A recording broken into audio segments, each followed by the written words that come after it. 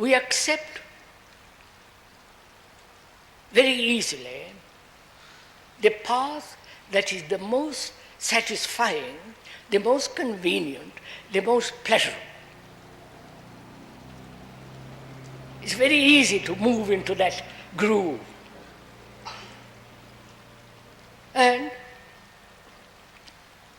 authority dictates, lays down religiously and psychologically a system, a method by which or through which you will find security. This is well known, and so we're going to go into all this question whether there is any kind of authority, psychological apart from technological, medicine and so on, if there is any kind of psychological authority whatsoever. Because if we see that there isn't any security, any authority, including speakers, then we're going to find out that it's possible to live without any guidance, right? Without any control, without any effort. This is asking a tremendous lot, right?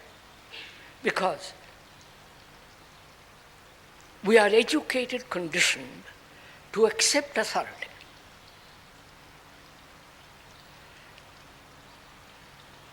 Because that's the most convenient and the easiest way to live. Put all our faith, all our trust in somebody or in some idea or in some conclusion or in some teaching, and give ourselves to that, hoping that we shall find some deep satisfaction, deep security. The Guru, these teachings have done all the work, and you just have to follow. Now, an intelligent, a fairly aware, awakened, in the normal sense, objects to that totally. You would, living in a free country like this, where there is freedom of speech and so on, you would object tremendously to a totalitarian state. But you would accept the authority of psychologists, the Guru, the teachings that will promise you something marvelous in the future, but not now. You'd accept all that because it's very satisfactory. So we are going to demolish all that.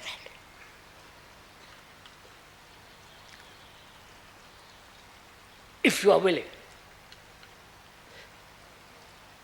Because otherwise you will not be able to awaken that intelligence of which we are talking about. So, where there is authority, psychologically, there is conformity. Right? To conform to the pattern set by another through various sanctions and or the authority of your own, which you have experienced, which you have felt, and from that conclude and have security in that conclusion. You're following all this? So is there any authority, any security in a psychological authority, in any teaching? You're following all this?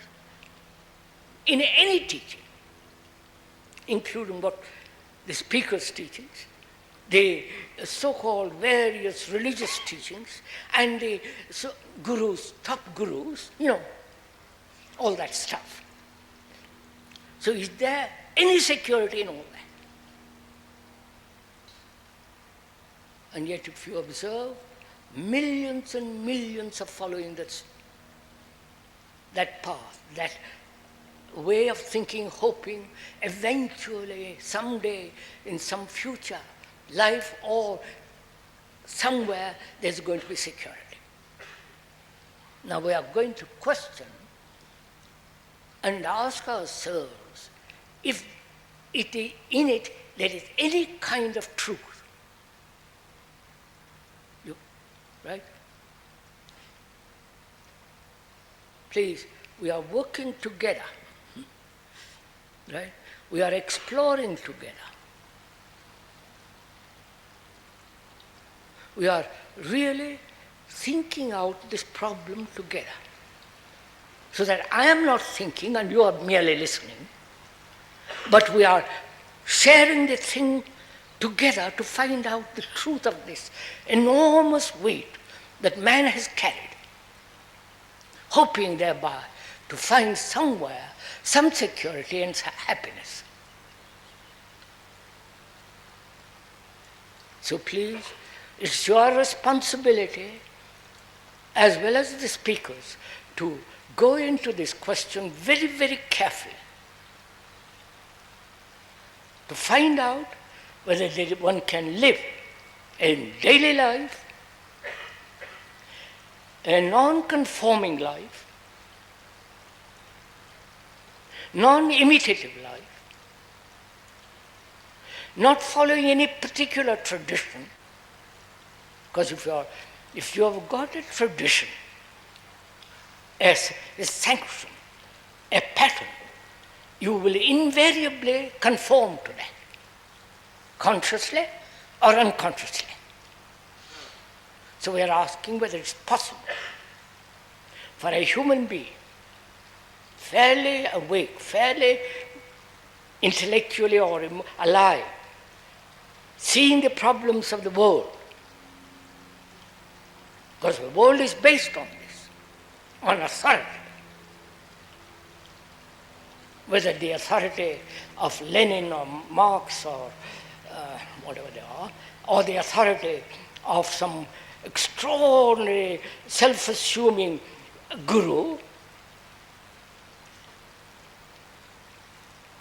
So we are going to investigate into this. So the mind can be free to find out the truth of this matter. So that you never, under any circumstances, conform to any pattern. Psychologically.